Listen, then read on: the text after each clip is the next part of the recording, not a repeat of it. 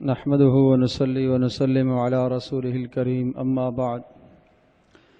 نویں سپارے کے آغاز میں حضرت شعیب علیہ السلام اور ان کی قوم کا تذکرہ آیا، اور اس تذکرے کا پھر خلاصہ یہ بتایا کہ اس دنیا میں ہم چھوٹے چھوٹے عذاب بھیجتے رہتے ہیں، اور یہ عذاب اس لیے ہوتے ہیں تاکہ لوگ اللہ پاک کی طرف رجوع کریں، اور جب چھوٹے عذابوں سے لوگ سبق حاصل نہیں کرتے تو پھر اللہ تبارک و تعالیٰ کا بڑا عذاب آتا ہے۔ اور یہ چھوٹے عذاب کس طرح سے ہوتے ہیں؟ یہ چھوٹے عذاب بھوک کی شکل میں، فقر، تنگ دستی کی شکل میں آتے ہیں، بیماریوں کی صورت میں آتے ہیں، اور دنیا میں انسان کی عزت کا کم ہو جانا، اس شکل میں یہ مختلف عذاب کی شکلیں آتی رہتی ہیں۔ لیکن اگر انسان اللہ پاک کی طرف پلٹ جاتا ہے، لوٹ جاتا ہے تو ٹھیک ہے، نہیں تو پھر بڑا عذاب آتا ہے۔ وَلَوْ أَنَّ أَهْلَ الْقُرَىٰ آمَنُوا وَاتَّقَوْا، ارشاد فرمایا کہ اگر زمین والے، بستی والے اللہ پاک کا ڈر اختیار کریں، تقوی اختیار کریں، تو اس تقوی کے نتیجے میں ہم ان کے لیے روزیوں کی فراوانی کریں گے۔ ارشاد فرمایا لَفَتَحْنَا عَلَيْهِمْ بَرَكَاتٍ مِّنَ السَّمَاءِ، آسمان سے ہم برکتیں اتاریں گے، زمین سے بھی ہم برکتیں نکالیں گے، لیکن جب لوگ انکار کرتے ہیں تو پھر عذاب آتا ہے۔ ارشاد فرمایا أَفَأَمِنَ أَهْلُ الْقُرَىٰ أَن يَأْتِيَهُمْ بَأْسُنَا بَيَاتًا وَهُمْ نَائِمُونَ، کیا لوگ اس بات سے مطمئن ہو گے کہ یہ رات گزار رہے ہوں اور اچانک اللہ کا عذاب آ پڑے، یا اس بات سے یہ مطمئن ہیں کہ یہ دن میں اپنے کام کاج میں مشغول ہوں تو اچانک اللہ پاک کا عذاب آ پڑے؟ اللہ پاک رات کو بھی عذاب دینے پر قادر ہے اور دن میں بھی اللہ پاک عذاب دینے پر قادر ہے۔ افامنوا مکر اللہ، کیا تم اللہ پاک کے عذاب سے مطمئن ہو گئے ہو، بے خوف ہو گئے ہو؟ فلا یأمن مکر اللہ الا القوم الخاسرون، اللہ کے عذاب سے مطمئن وہی ہوتے ہیں جو خسارہ پانے والے ہیں، جو نقصان پانے والے ہیں۔ اولم یہد للذین یرثون الارض من بعد اہلہا، پھر ان آیات کے بعد حضرت موسیٰ علیہ السلام کا تذکرہ تفصیل سے فرمایا، اور موسیٰ علیہ السلام کا جو فرعون اور اس کی قوم کے ساتھ مکالمہ، مباحثہ اور مناظرہ ہوا۔ موسیٰ علیہ السلام نے جو دو اپنے معجزات دکھائے، اللہ پاک نے موسیٰ علیہ السلام کو فرعون کی طرف اور بنی اسرائیل کی طرف نبی بنا کر بھیجا۔ موسیٰ علیہ السلام نے جا کر فرعون سے یہ کہا کہ ہماری قوم کو تم آزاد کرو۔ دو مقصد بعثت کے دیے تھے موسیٰ علیہ السلام کو، ایک تو اللہ پاک کی وحدانیت کی طرف دعوت دینا، اور دوسرا بنی اسرائیل کو فرعون کے چنگل سے آزاد کرنا۔ ان دونوں باتوں کو لے کر موسیٰ علیہ السلام فرعون کے دربار میں گئے اور یہ دونوں باتیں اس کے سامنے رکھی۔ اس نے کہا اچھا کوئی دلیل لے آؤ اگر تم نبی ہو، تو موسیٰ علیہ السلام نے ارشاد فرمایا کہ اچھا اگر میں دلیل لے آؤں تو مانتے ہو؟ اس نے کہا ہاں مانوں گا۔ فَأَلْقَىٰ عَصَاهُ فَإِذَا هِيَ ثُعْبَانٌ مُّبِينٌ، موسیٰ علیہ السلام نے اپنی لاٹھی کو پھینکا اور وہ ایک بڑا اژدہا بن گیا۔ وَنَزَعَ يَدَهُ فَإِذَا هِيَ بَيْضَاءُ لِلنَّاظِرِينَ، اپنے سیدھے ہاتھ کو بغل میں دبایا اور پھر باہر کیا، دکھایا تو وہ سورج کی طرح چمک رہا تھا۔ تو یہ دو معجزے اللہ پاک نے عطا فرمائے۔ ثعبان عصا جب پھینکتے تھے اور وہ سانپ بن جاتا تھا، یہ اتنا بڑا معجزہ اور اتنا بڑا سانپ بن جاتا تھا۔ روایت میں آتا ہے عبداللہ ابن عباس رضی اللہ تعالی عنہما کا فرمان ہے کہ جب فرعون کے محل کے سامنے یہ مجمع اکٹھا ہوا اور جادوگر لاٹھیاں لے کے آئے، رسیاں لے کے آئے، اور انہوں نے اپنے اپنے کرتب دکھائے، اور موسیٰ علیہ السلام نے جب اللہ پاک کے اذن سے اپنی لاٹھی کو ڈالا اور یہ سانپ بنا، یہ اتنا بڑا سانپ تھا کہ اس کا نیچے والا جبڑا زمین پر اور اوپر والا جبڑا فرعون کے محل پر تھا۔ چنانچہ وہ سب کے سب ان کی رسیوں کو اور ان کی لاٹھیوں کو نگل گیا، اور فرعون کے لشکروں کی جو لاٹھیاں اور رسیاں جن سے جادو انہوں نے بنائے تھے وہ 1300 اونٹوں پر لاد کر لائے تھے۔ اتنی بڑی رسیاں اور اتنی بڑی لاٹھیاں، اور 80,000 کے قریب یہ تعداد تھی ان لاٹھیوں کی اور رسیوں کی، اور وہ اس طرح سے میدان بھر گیا، یوں لگ رہا تھا کہ پورا میدان سانپوں سے بھرا ہوا ہے۔ اللہ پاک نے موسیٰ علیہ السلام کو حکم دیا الق عصاک، آپ لاٹھی ڈالو، فَإِذَا هِيَ تَلْقَفُ مَا يَأْفِكُونَ، تو اس لاٹھی نے جب یہ سانپ بن گیا تو اس نے کھایا نہیں، نگلا، سب کچھ ایسا نگل گیا، اور سب نگلنے کے بعد پھر فرعون کی طرف منہ کھول کر دیکھنے لگا۔ تو روایت میں آتا ہے کہ وہ فرعون جس نے خدائی دعویٰ کیا تھا، ڈر کے مارے اپنے تخت سے اترا اور اپنے محل میں بھاگا اور موسیٰ سے کہنے لگا موسیٰ اب بچا لے، اب تو ہی بچا لے۔ فَوَقَعَ الْحَقُّ وَبَطَلَ مَا كَانُوا يَعْمَلُونَ، فرمایا اس طرح سے ہم نے حق کو غالب کیا اور باطل کو ہم نے مغلوب کیا، اور موسیٰ علیہ السلام غالب آئے اور جادوگر وہ سارے کے سارے مغلوب ہوئے۔ دوسرا منظر اللہ پاک کی قدرت کا یہ ہوا کہ وہ سارے کے سارے جادوگر القی السحرۃ الساجدین، سجدے میں گر گئے اور سب ایمان لے آئے، آنن فانن، سب کے دلوں میں ایمان رچ بس گیا، اس لیے کہ وہ سمجھ گئے کہ یہ جادو نہیں ہے، یہ کوئی اور طاقت ہے، اس لیے کہ جادو کے ماہر تھے، انہیں پتہ تھا جادو کی تمام قسموں کو ہم جانتے ہیں، یہ کوئی ایسی قسم نہیں ہے، وہ جانتے تھے کہ یہ کوئی اوپر کی طاقت ہے، چنانچہ وہ سب کے سب ایمان لے آئے۔ فرعون نے کہا یہ تمہارا منصوبہ تھا، تم نے موسیٰ کے ساتھ مل کر یہ منصوبہ بنایا ہے اور تم خود ہی مغلوب ہوئے ہو۔ ان ھذا لمکر مکرتموہ فی المدینہ، یہ تم نے ایک ساز بازی کی ہے اس لیے لتخرجوا منہا اہلہا، تاکہ مصر سے تم ہمیں نکالو۔ فسوف تعلمون، دیکھو اب تمہارا انجام کیا ہوتا ہے۔ کیا انجام ہے؟ لأقطعن ایدیکم وارجلکم من خلاف، تمہارے ہاتھ پاؤں کو میں کاٹوں گا، ایک ہاتھ ایک پاؤں کاٹوں گا، پھر سولی پر تمہیں لٹکاؤں گا، یہی تمہارا حشر ہوگا۔ سب نے بیک زبان یہ کہا انا الی ربنا منقلبون، ہم سب کے سب اپنے پروردگار کی طرف، رب کی طرف لوٹ کے جانے والے ہیں، جو موسیٰ اور ہارون کا رب ہے، ہم اس رب پر ایمان لے آئے ہیں۔ باقی رہی کہ تو ہمیں عذاب دے گا، فقض ما انت قاض، کر لے جو تو نے کرنا ہے، انما تقضی هذه الحیات الدنیا، تو دنیا میں عذاب دے گا، آخرت میں تیرا کوئی سروکار نہیں ہے۔ چنانچہ وہ یہ دعا کرنے لگے ربنا افرغ علینا صبرا وتوفنا مسلمین، اے ہمارے پروردگار اب فرعون عذاب دینے پر اتر آیا ہے، اے اللہ ہمیں صبر عطا فرمائیے گا اور ہمارا خاتمہ ایمان پر کرنا۔ یہ آنن فانن جو مسلمان ہوئے ان کے ایمان کی کیفیت یہ ہو گئی۔ تو جب انسان صدق دل سے اللہ کی ذات عالی پر ایمان لاتا ہے تو اللہ تبارک و تعالیٰ کی مدد بھی آتی ہے۔ وقال الملأ من قوم فرعون اتذر موسیٰ وقومہ، اب ہوا یہ کہ فرعون ان تمام جادوگروں کے پیچھے لگ گیا، ان کو قتل کرنے کے منصوبے بنانے لگا۔ تو اراکین سلطنت وزراء نے فرعون سے کہا کہ عجیب بات ہے، جو بقول تمہارے اصل فتنے کی بنیاد اور جڑ موسیٰ اور ہارون ہیں ان کو تو چھوڑ رہا ہے، اور تو ان کے پیچھے لگ گیا جو اپنی قوم کے لوگ ہیں انہیں تو قتل کر رہا ہے۔ مفسرین نے لکھا کہ عقل ہی ماری گئی، اس کی عقل ہی ماری گئی ہے کہ جو اصل مدعا تھا اس کا، اور جو اصل جس کو وہ دشمن سمجھتا تھا اور جس کو اصل وہ فتنے کی جڑ سمجھتا تھا، اس کے متعلق تو بالکل ذہول ہو گیا۔ روایت میں آتا ہے موسیٰ علیہ السلام کا ایسا روب اس پر طاری ہوا کہ موسیٰ علیہ السلام کا نام بھی نہیں لے سکتا تھا، اس قدر روب طاری ہوا۔ تو لوگوں نے اسے سمجھایا، بتایا کہ تیرا مقصد تو کچھ اور تھا، موسیٰ کو مارنا اور ہارون کو مارنا تھا اور بنی اسرائیل کو قتل کرنا تھا، یہ کیا تو نے اپنی قوم کو مارنا شروع کر دیا؟ سنقتل ابناءہم ونستحیی نساءہم وانا فوقہم قاہرون، تو کہنے لگا ہاں میں ان کے بچوں کو قتل کروں گا، ان کی عورتوں کو زندہ چھوڑوں گا اور ہم ان پر غالب آئیں گے۔ لیکن موسیٰ علیہ السلام نے اپنی قوم سے کہا استعینوا باللہ واصبروا، تم اللہ پاک کی مدد مانگو اور صبر کو، مصائب آئیں گے صبر کرو، اللہ کی مدد مانگتے رہو۔ ان الارض للہ، زمین کی بادشاہت سلطنت اللہ کی ہے، اللہ جسے چاہے گا عطا کرے گا۔ اگر تمہیں اس دنیا میں حالات آئے، سختیاں آئیں تو پریشان نہیں ہونا۔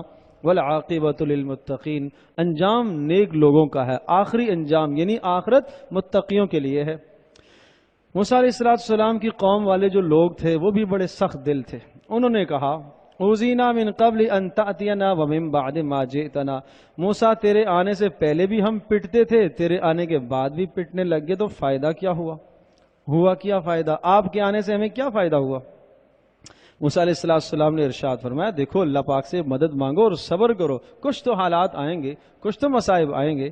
قال عسى ربكم ان يهلك عدوكم، موسیٰ علیہ السلام نے ارشاد فرمایا یقین ہے کہ تمہارا پروردگار تمہارے دشمن فرعون کو ہلاک کرے گا، لیکن اگلی بات سمجھیے گا وَيَسْتَخْلِفَكُمْ فِي الْأَرْضِ فَيَنْظُرَ كَيْفَ تَعْمَلُونَ، پھر اللہ پاک اس زمین کی حکمرانی تمہیں عطا کرے گا اور اللہ پاک تمہیں آزمائے گا کہ تم اب کیا کرتے ہو۔ اس نے تو ظلم مچائے، زیادتیاں مچائی ہیں اور ناجائز اس نے تصرفات کیے اور مال اور سیاست کے گمنڈ میں آ کر اس نے خدائی دعویٰ کیا۔ اب اللہ پاک نے تمہارے لیے امتحان لایا ہے، اللہ نے تمہیں بادشاہ دینے کا ارادہ کیا ہے اور اللہ پاک دیکھنا چاہتا ہے کہ اب تم کیا کرتے ہو۔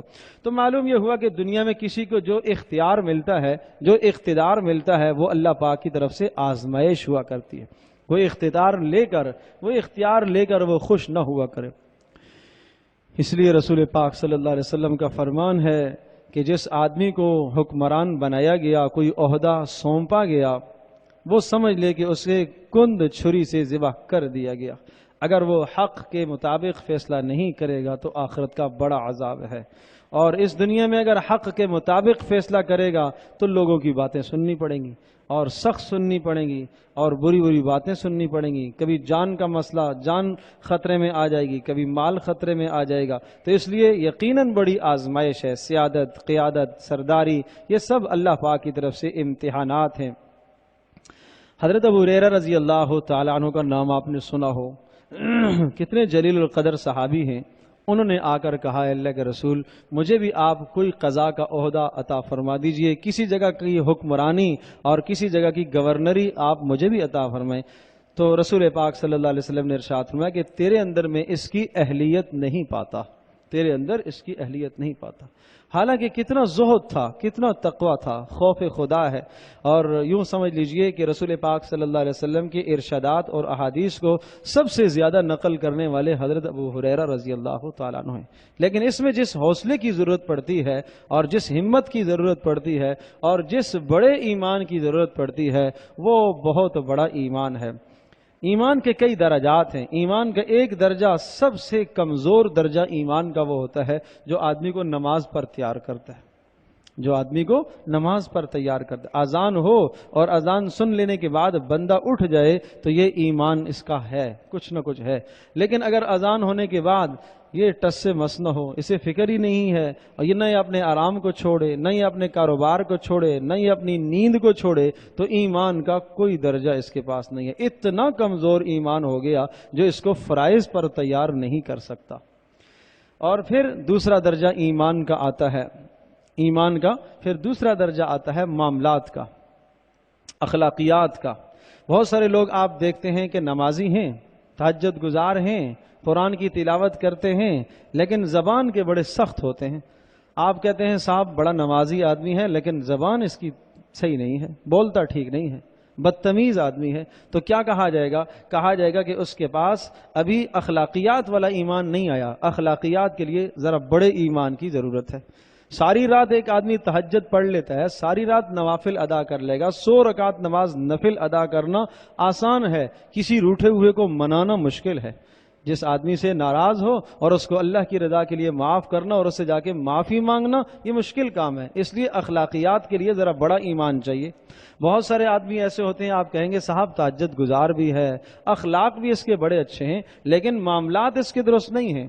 سود کھاتا ہے، سودی کاروبار کرتا ہے، خیانت کرتا ہے، مال کے اندر ڈنڈی مارتا ہے، تو کیا کہا جائے گا؟ معاملات والا ایمان اس کے پاس ابھی نہیں ہے۔ ایمان، معاملات کے لیے بڑے ایمان کی ضرورت ہے۔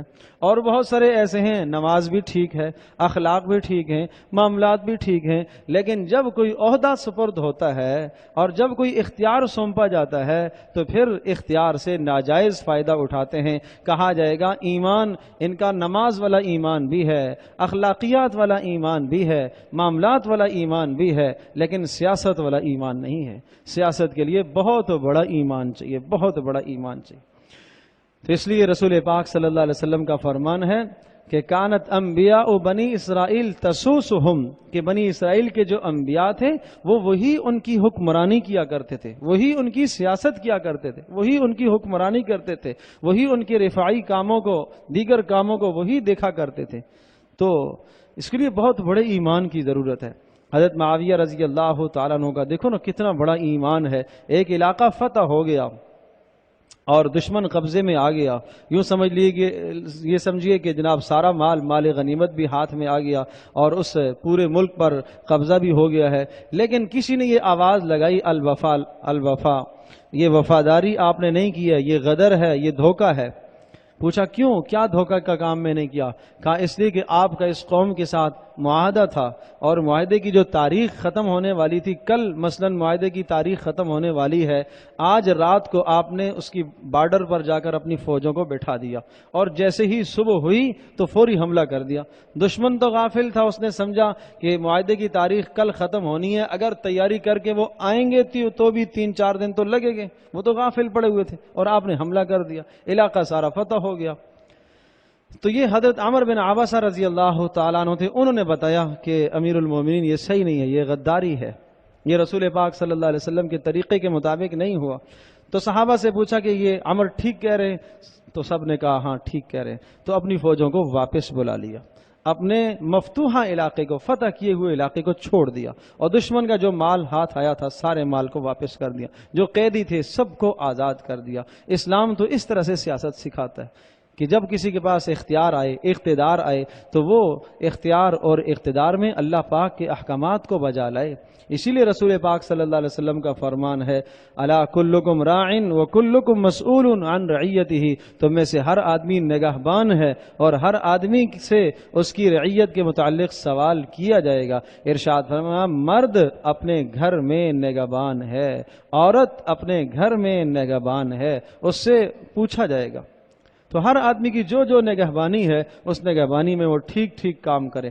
وَلَقَدْ أَخَذْنَا آلَ فِرْعَوْنَ بِالسِّنِينَ وَنَقْصٍ مِّنَ الثَّمَرَاتِ، پھر اللہ پاک نے دنیا کے ان عذابوں کو ذکر فرمایا کہ جو فرعون اور اس کی قوم پر آئے۔ موسیٰ علیہ السلام نے فرعون اور اس کی قوم کو سمجھایا اور بہت سمجھایا، لیکن ظالموں نے نہ مانا، استہزاء کرتے تھے، اور جب بھی کوئی نشانی موسیٰ علیہ السلام معجزہ لے کے آتے کہتے یہ تو کوئی جادو لے آیا، فما نحن لک بمؤمنین، ہم ہرگز تیری بات کو نہیں سنیں گے۔ پھر اللہ پاک نے عذاب کی شکلیں اتاری۔ ایک عذاب پہلا آیا فارسلنا علیہم الطوفان، طوفان کا عذاب۔ ایک تو وہ بڑا طوفان جس میں فرعون غرق ہوا، اس سے پہلے ایک چھوٹا طوفان آیا، وہ یہ کہ ساری کھیتیوں کے اندر پانی بھر گیا، گھروں میں پانی بھر گیا۔ موسیٰ علیہ السلام سے کہنے لگے موسیٰ تو نے یہ کہا تھا کہ میرے پروردگار نے میری ہر دعا کو قبول کرنا ہے، پروردگار سے یہ کہو کہ اگر اس عذاب کو ہٹا دیتا ہے تو پھر ہم تجھے مان لیں گے، نبی مانیں گے، بنی اسرائیل کو بھی آزاد کریں گے۔ موسیٰ علیہ السلام نے دعا کی اے میرے پروردگار ان سے عذاب ہٹا دے، عذاب ہٹ گیا۔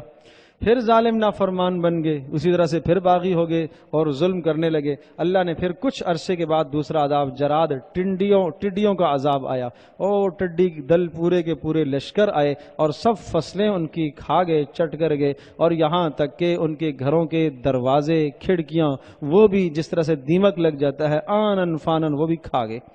کہنے لگے موسیٰ اب کی بار تو معاف کر دے، اور اب اگر تو نے یہ عذاب ہٹوا دیا تو اس کے بعد ہم تیری بات مانیں گے، ایمان بھی لائیں گے۔ موسیٰ علیہ السلام نے پھر دعا کی، پھر عذاب ہٹ گیا، پھر ظالم سرکش ہو گئے، باغی ہو گئے۔ پھر تیسرا عذاب قنبل، جوؤں کا عذاب آیا، گھروں کے اندر جوئیں، سروں میں، بستروں میں، برتنوں میں، ہر چیز میں جوئیں، جہاں وہ کھانے کی چیز نکالیں تو جوئیں ہی جوئیں نکلے، کیا کھائیں کیا پئیں، پانی میں بھی جوئیں نظر آئیں، کھانے میں بھی جوئیں نظر آئیں۔ پھر دوڑتے آئے موسیٰ علیہ السلام کے پاس، موسیٰ آخری بار ہے، اب بس تو یہ عذاب ہٹوا دے تو اس کے بعد ہم تیری بات سنیں گے، بنی اسرائیل کو بھی آزاد کریں گے۔ موسیٰ علیہ السلام نے پھر دعا کی۔ دیکھو نبی کتنا رحیم ہوتا ہے، پیغمبر کتنا مہربان ہوتا ہے، اتنی سرکشیاں، قوموں کی بغاوتیں اور ہٹ درمیاں، لیکن پھر بھی نبی ہاتھ اٹھاتا ہے کہ اللہ عذاب دور کر دے۔ پھر عذاب ہٹ گیا، پھر ظالم سرکش ہو گئے، پھر اللہ پاک نے ضفادع، مینڈکوں کا عذاب مسلط کیا، اور یہ عذاب ایسا آیا کہ جناب پانی کے لیے جناب گلاس منہ کے قریب کریں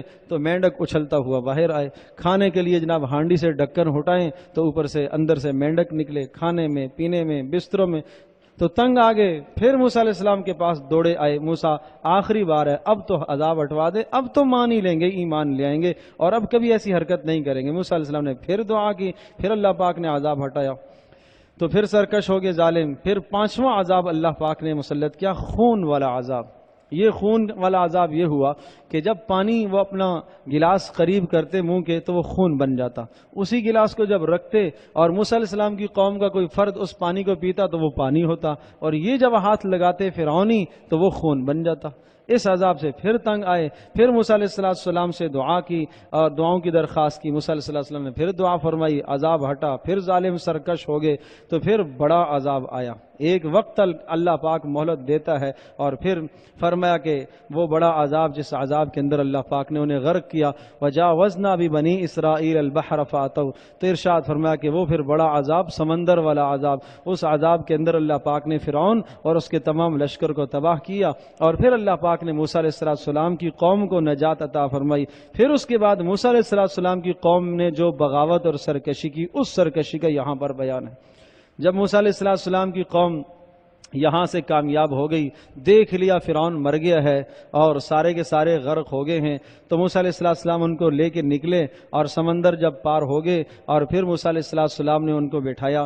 ایک قوم سے گزر ہوا کہ جو کسی پتھر کی پوجا کر رہے تھے، تو موسیٰ علیہ السلام سے کہنے لگے اجعل لنا الہا کما لہم آلیہ، موسیٰ ہمارے لیے بھی ایسا کوئی معبود تلاش کر کے لا جس طرح سے یہ معبود بنائے بیٹھے ہوئے ہیں۔ موسیٰ علیہ السلام نے ارشاد فرمایا انکم قوم تجہلون، جاہلو کیسی باتیں کرتے ہو، اللہ پاک نے تمہیں نجات عطا فرمائی، اغیر اللہ ابغیکم، اللہ پاک کے سوا کسی اور کو تم معبود بناتے ہو، جس اللہ نے تمہیں عزتیں دی ہیں اور اللہ پاک نے تمہیں فرعون اور اس کے لشکر سے نجات دی ہے اور اللہ پاک نے قسم قسم کی تمہیں نعمتیں دی ہیں، یہ کیا کر رہے ہو؟ پھر سمجھ میں انہیں آئی کہ ہم غلطی پر ہیں، پھر معذرت کرنے لگے۔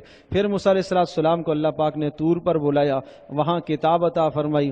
پھر اس کے بعد جب کتاب موسیٰ علیہ السلام لے کے آئے، پھر یہ اپنی قوم والے بگڑ گئے، ہمیں کیا پتا آپ کو اللہ نے کتاب دی ہے، ہم نے تو دیکھا نہیں ہے، ہمارے سامنے ہمیں ساتھ لے کے جاؤ اور اللہ پاک ہمیں کہے کہ ہاں موسیٰ ہمارا نبی ہے اور اس کی اطاعت کرو، پھر ہم مانیں گے۔ موسیٰ علیہ السلام نے پھر دعا کی کہ یا اللہ یہ تو یوں کہہ رہے ہیں، اللہ پاک نے موسیٰ علیہ السلام کی دعا کو قبول فرمایا۔ وَاخْتَارَ مُوسَىٰ قَوْمَهُ 70 رَجُلًا لِمِيقَاتِنَا، موسیٰ علیہ السلام کو حکم ہوا اچھا اپنی قوم کے 70 افراد کو لے آؤ، چنانچہ 70 افراد کو لے آئے۔ موسیٰ علیہ السلام جب طور پر پہنچے، اللہ پاک نے تجلی جب دکھائی اور تجلی کے مناظر آئے تو سب کے سب گر پڑے اور مر گئے۔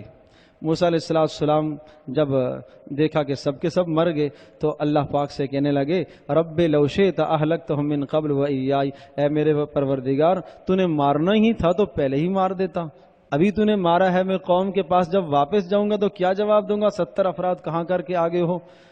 وہ یہی کہیں گے کہ جناب فرعون کو وہاں غرق کروایا اور اپنے قوم کے افراد یہاں لے گیا، وہ پہاڑ کے اوپر جا کے مروا دیا۔ اتہلکنا بما فعل السفہاء منا، اے میرے پروردگار ان بیوقوفوں کی وجہ سے تو مجھے آزمائش میں نہ ڈال، تضل بہا من تشاء وتہدی من تشاء، اے اللہ تو جسے چاہتا ہے ہدایت دیتا ہے، جسے چاہتا ہے گمراہی کے راستے اس کے لیے کھول دیتا ہے۔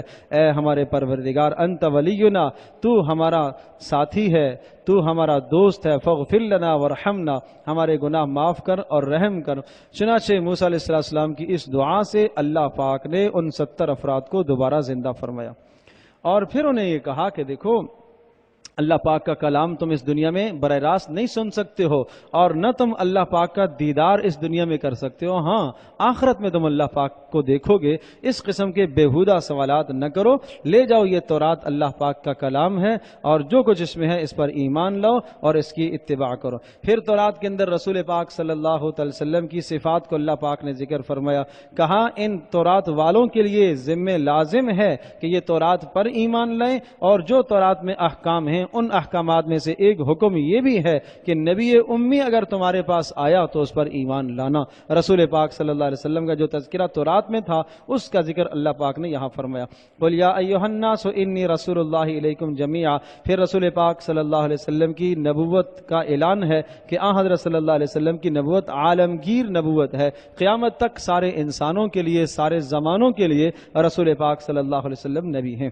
وَاسْأَلُهُمْ عَنِ الْقَرْيَةِ الَّتِي كَانَتْ حَاضِرَةَ الْبَحْرِ، پھر موسیٰ علیہ السلام کی قوم، موسیٰ علیہ السلام تو اس دنیا سے رخصت ہو گئے، ہارون علیہ السلام بھی چلے گئے، یوشع علیہ السلام کا زمانہ آیا وہ بھی دنیا سے رخصت ہو گئے، پھر حضرت داؤد علیہ السلام کے زمانے کی بات ہے، انہیں حکم ہوا کہ ہفتے کے دن مچھلی کا شکار نہ کرنا۔ انہوں نے ہیلہ سازی کی، اور وہ ہیلہ سازی یہ کی کہ اچھا بھائی اللہ پاک نے ہفتے کے دن مچھلی کا شکار منع کیا ہے تو ہفتے کو یہ جاتے تمام مچھلیوں کو وہ ہانک کر ایک چھوٹی نہر میں جا کے بند کر دیتے اور اتوار کے دن جا کے پکڑ کے لے آتے، کہتے ہم نے ہفتے کو تھوڑا ہی شکار کیا ہے۔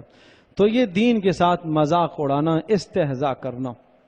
3 گروہ ہو گئے، ایک تو شکاری بن گئے، ایک خاموش ہو گئے، انہوں نے کچھ بھی نہیں کہا، اور ایک سمجھانے لگ گئے کہ بھائی ایسی باتیں نہ کرو، یہ اللہ پاک کی آیات کے ساتھ مذاق نہ اڑاؤ، اللہ کے حکموں کے ساتھ استہزاء نہ کرو۔ تو 3 گروہ بن گئے، اللہ پاک کا عذاب آیا، بندر خنزیر بن گئے۔ 2 گروہ جو شکار کرنے والے تھے وہ بھی، اور جو خاموش بیٹھے تھے وہ بھی، وہ دونوں کے دونوں ہلاک ہوئے، اور جنہوں نے سمجھایا اللہ پاک نے ان کو نجات عطا فرمائی۔ تو اس سے یہ پتہ چلتا ہے کہ گرد و نواح میں اگر ماحول بیکار اور خراب ہو جائے تو حتی الامکان آدمی سمجھانے کی کوشش کرے، حتی الامکان آدمی بتانے کی، زبان ہلانے کی کوشش کرے، تاکہ اللہ پاک کے یہاں انسان خود مجرم نہ ہو۔ وَإِذْ أَخَذَ رَبُّكَ مِن بَنِي آدَمَ مِن ظُهُورِهِمْ، آدم علیہ السلام سے اللہ پاک نے جو عہد لیا، آدم علیہ السلام جب اللہ پاک نے انہیں زمین پر اتارا تو آدم علیہ السلام کو عرفات کے مقام پر آدم علیہ السلام کو کھڑا کیا، اور پھر آدم علیہ السلام کی پشت پر اللہ پاک نے اپنی قدرت، اپنی شان کے مطابق ہاتھ رکھا۔ اس کا تذکرہ کسی حدیث میں نہیں، کیا ہاتھ تھا، کیسا تھا، لفظ یہ آیا کہ اللہ پاک نے اپنی قدرت کا ہاتھ رکھا۔ ذریت قیامت تک جو پیدا ہونے والی ساری ذریت تھی، سب کے سب نکلے، اور سب سے اللہ پاک نے پوچھا کہ بتاؤ میں تمہارا پروردگار ہوں؟ سب نے اقرار کیا کہ ہاں اے اللہ تو ہمارا رب ہے، اور کہا یہ تو سے اقرار تمہارے سے اس لیے لیا گیا ہے تاکہ قیامت کے دن تم کوئی عذر نہ کر سکو کہ ہمیں کسی نے سمجھایا نہیں ہے۔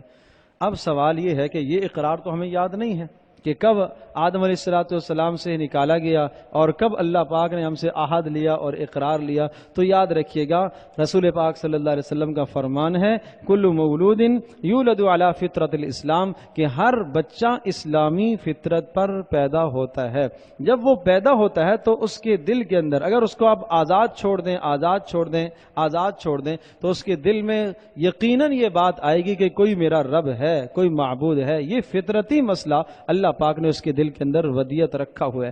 فرمایا ہاں وَأَبَوَاهُ يُحَوِّدَانِهِ أَوْ يُنَصِّرَانِهِ أَوْ يُمَجِّسَانِهِ، پھر اس کے ماں باپ اس کو یہودی بناتے ہیں، نصرانی بناتے ہیں، مجوسی بنا دیتے ہیں، ورنہ بچہ جو پیدا ہوتا ہے وہ فطرت سلیمہ اسلام کی فطرت پر پیدا ہوتا ہے، اس کے دل میں توحید کا اقرار موجود ہوتا ہے، اور یہ وہی اقرار ہے کہ جو اللہ پاک نے ازل میں انسان کے دلوں کے اندر رکھا تھا۔ اور جب دنیا میں پھر نبیوں کے احکام اس کو ملتے ہیں اور کتابوں کی باتیں اسے ملتی ہیں اور کسی نیک مجالس میں وہ بیٹھنا شروع کرتا ہے تو وہ جو اندر ایمان کی دبی ہوئی وہ چنگاری ہے وہ پھر بھڑکتی ہے اور وہ روشن ہوتی ہے اور جسم پر اس کے اعمال تازہ ہوتے ہیں۔ وَاتْلُ عَلَيْهِمْ نَبَأَ ابْنَيْ آدَمَ بِالْحَقِّ إِذْ قَرَّبَا قُرْبَانًا وَاتْلُ عَلَيْهِمْ نَبَأَ الَّذِي آتَيْنَاهُ آيَاتِنَا فَانْسَلَخَ مِنْهَا فَأَتْبَعَهُ الشَّيْطَانُ فَكَانَ مِنَ الْغَاوِينَ۔ یہ ایک شخص تھا بلعم ابن بعورہ، موسیٰ علیہ السلام کی قوم کا آدمی ہے اور صاحب علم تھا، مستجاب الدعوات تھا، نیک صالح انسان تھا۔ موسیٰ علیہ السلام کی اپنی قوم، جب موسیٰ علیہ السلام نے انہیں سمجھایا، اللہ کے احکام بتائے، لیکن ظاہر سی بات ہے کہ خواہشات انسان کو اللہ کے احکام کی طرف نہیں جانے دیتی، اور نفس کی پیروی کہاں انسان کو اللہ پاک کے حکموں کی طرف جانے دیتی ہے۔ تو یہ سب نفس کے پجاری بن گئے۔ موسیٰ علیہ السلام نے بہت سمجھایا، موسیٰ علیہ السلام سے بالآخر یہ تنگ آ گئے اور بلعم ابن بعورہ کے پاس جاتے ہیں اور یہ کہتے ہیں کہ بلعم تم کیا کرو، موسیٰ کے خلاف بد دعا کرو، سنا ہے تو مستجاب الدعوات آدمی ہے، موسیٰ کے خلاف تم بد دعا کرو۔ اس نے کہا نہیں میں تو بد دعا نہیں کر سکتا، موسیٰ اللہ کا پیغمبر ہے، اگر میں بد دعا کروں گا تو میں ہلاک ہو جاؤں گا۔ بہت اصرار کیا، مال کی لالچ دی، دنیا کی لالچ دی، تو اس نے کہا اچھا میں استخارہ کرتا ہوں۔ استخارہ کیا تو پھر لوگوں کو بتایا کہ نہیں، استخارے میں یہ بات آئی ہے کہ ہرگز بد دعا نہیں کرنا ورنہ ہلاک ہو جاؤ گے۔ پھر قوم نے اصرار کیا اور لالچ دی، ظالم لالچ میں آ گیا، بالآخر بد دعا کے لیے اس نے ہاتھ اٹھا لیے۔ بد دعائیہ کلمات موسیٰ علیہ السلام کے خلاف کہنے تھے کہ اس کی زبان باہر نکل آئی۔ فَمَثَلُهُ كَمَثَلِ الْكَلْبِ، کہا کتے کی طرح اس کی زبان باہر نکل آئی۔ یہ انجام ہے اس شخص کا جو حق کی مخالفت کیا کرتا ہے۔ جو حق کی مخالفت، نبی یا نبی کے کسی جانشین کی مخالفت کرتا ہے اس کا انجام یہ ہوا کرتا ہے، باوجود یہ کہ عالم تھا، اہل علم میں سے تھا، باوجود یہ کہ مستجاب الدعوات تھا، لیکن جب شیطان اس پر غالب آیا اور جب دنیا کی حرص اور لالچ نے اسے دبوچ لیا تو نتیجہ یہی ہوا، فَمَثَلُهُ كَمَثَلِ الْكَلْبِ إِن تَحْمِلْ عَلَيْهِ يَلْهَثْ أَوْ تَتْرُكْهُ يَلْهَثْ، پھر خاتمہ اس ظالم کا کفر پر ہوا، کفر پر مرا۔ اللہ پاک ہم سب کی حفاظت فرمائے۔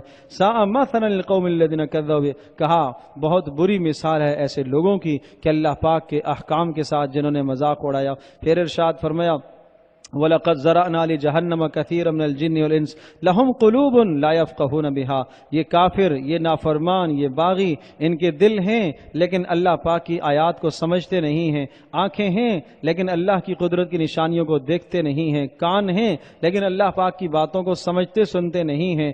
جو یہ نہیں سمجھتے، نہیں دیکھتے، نہیں سنتے، اولئک کالانعام، فرما یہ چوپایوں کی طرح ہیں، بل ہم اضل، بلکہ ان سے بھی گئے گزرے ہیں، ان سے بھی غافل ہیں۔ اور ارشاد فرمایا اللہ پاک کے بہترین نام ہیں، جب تمہیں اللہ کو پکارنا ہو تو اللہ پاک کے ناموں سے اللہ کو پکارا کرو اور اس سے دعا مانگا کرو۔ اور رہی یہ بات کہ اس دنیا میں نافرمانوں کو، باغیوں کو اللہ پاک نے بہت کچھ دے رکھا ہے، املی لہم ان کیدی متین، ارشاد فرمایا یہ میری طرف سے ان کے لیے ڈھیل ہے، ان کے لیے مہلت ہے۔ قل لا املک لنفسی نفعا ولا ضرا الا ما شاء اللہ، نبی پاک صلی اللہ علیہ وسلم کے اختیارات کی نفی ہے کہ کائنات میں سارے اختیارات اللہ پاک نے اپنے پاس رکھے ہیں۔ کہاں آپ کہہ دیجئے کہ میں کسی نفع اور نقصان کا مالک ہرگز نہیں ہوں۔ ولو اعلم الغیب لاستکثرت من الخیر، اگر میں غیب جانتا ہوتا تو میں بہت ساری خیر کٹھی کر لے گا کہ کل آنے والے مصائب مجھے نہ آئیں اور تکلیفیں مجھے نہ آئیں، لیکن آپ جانتے ہیں کہ رسول پاک صلی اللہ علیہ وسلم کو تکلیفیں پہنچی ہیں، مسائب پہنچے ہیں، اس سے پتہ چلا کہ رسول پاک صلی اللہ علیہ وسلم کے پاس علم غیب نہیں تھا۔ فرمایا اگر میرے پاس علم غیب ہوتا وما مسنی السوء، تو مجھے کوئی تکلیف کبھی نہ پہنچتی، کہ کل آنے والی تکلیف کا ازالہ میں پہلے ہی کر لیتا، میں پہلے سے ہی بندوبست کر لیتا۔ والذی خلقکم من نفس واحدہ، انسان کا مزاج ذکر فرمایا، کہا میاں بیوی جب دونوں کا آپس میں میلاب ہوتا ہے اور اللہ پاک سے نیک صالح دعا مانگتے ہیں اور کہتے ہیں اے اللہ اگر تو نے ہمیں صالح اولاد، سالم اور صالح اولاد عطا کر دی، صحیح اولاد اللہ پاک نے دے دی اور عافیت کے ساتھ اللہ پاک نے اگر ہمیں اولاد دے دی تو ہم شکر کریں گے۔ فلما آتاہما صالحا جعلا لہ شرکا فیما آتاہما، جب انہیں صحیح سالم اولاد مل جاتی ہے اور جس طرح سے ان کا مطالبہ تھا اللہ پاک نے اولاد عطا کر دی ہے تو اب یہ شرک کرنے لگتے ہیں۔ فتعالی اللہ عما یشرکون، کہا اللہ پاک تو ایسی شرک سے پاک ہے۔ پھر آخر میں ارشاد فرمایا خذ العفو وامر بالعرف واعرض عن الجاہلین، جب کہیں دین کی بات کرنی ہو تو معافی کو لازم پکڑنا، اور اگر دین کی بات کرتے ہوئے تمہارے سے کوئی الجھتا ہے تو فرمایا ان سے اعراض کرنا، اور اگر وَإِمَّا يَنزَغَنَّكَ مِنَ الشَّيْطَانِ نَزْغٌ، اگر شیطان کی طرف سے تمہیں کوئی وسوسہ آتا ہے بزدلی کا کہ اگر میں یہاں خاموش رہا تو کوئی کہے گا یہ بزدلی ہے، تو فاستعذ باللہ، اعوذ باللہ من الشیطان الرجیم پڑھا کرو۔ فرمایا اللہ والے وہ لوگ ہیں، ڈرنے والے وہ لوگ ہیں جب شیطان کا وسوسہ آتا ہے تو تذکروا، وہ خوب بیدار ہو جاتے ہیں، وہ سمجھتے ہیں کہ یہ شیطان کی طرف سے ہے۔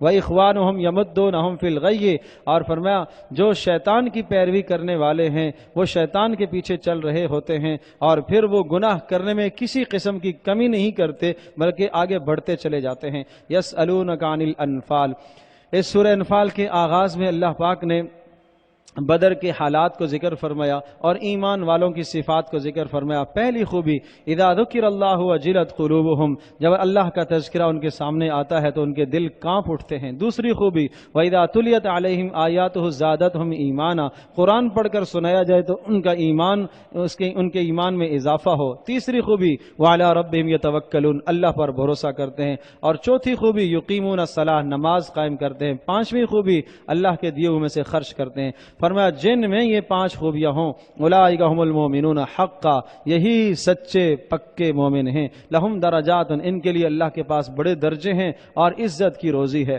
اور پھر اللہ پاک نے بدر کے واقعے کو ذکر فرمایا اور ارشاد فرمایا کہ تم بدر میں اس جماعت کے ساتھ لڑنے کی تمنا رکھتے تھے جو تعداد میں تھوڑے تھے، اور اللہ پاک تمہیں اس جماعت کے ساتھ لڑانا چاہتا تھا جو زیادہ تھے۔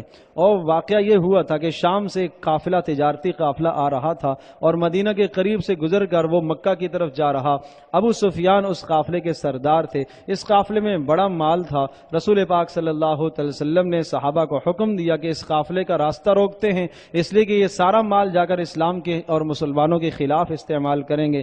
چنانچہ ان قافلے والوں کو اطلاع ہوئی کہ مسلمان ہمارا پیچھا کر رہے ہیں، وہ راستہ بدل کر کے مکہ میں پہنچ گئے اور مکہ والوں کو جا کے اطلاع کی کہ مدینہ میں مسلمانوں نے ہمارے خلاف لشکر جرار تیار کر کے رکھا ہے۔ وہاں سے ابو جہل 1000 افراد پر مشتمل ایک لشکر لے کے آیا، صحابہ کی تعداد صرف 313 اور ساتھ سامان کچھ بھی نہیں ہے، اسلحہ بھی کچھ بھی نہیں ہے، صرف 2 4 6 تلواریں ہیں اور اسی طرح سے کچھ گھوڑے ہیں، اور اکثر و بیشتر لوگ جو ہے وہ پیدل تھے، اس لیے کہ لڑائی کے ارادے سے نکلے ہی نہیں تھے۔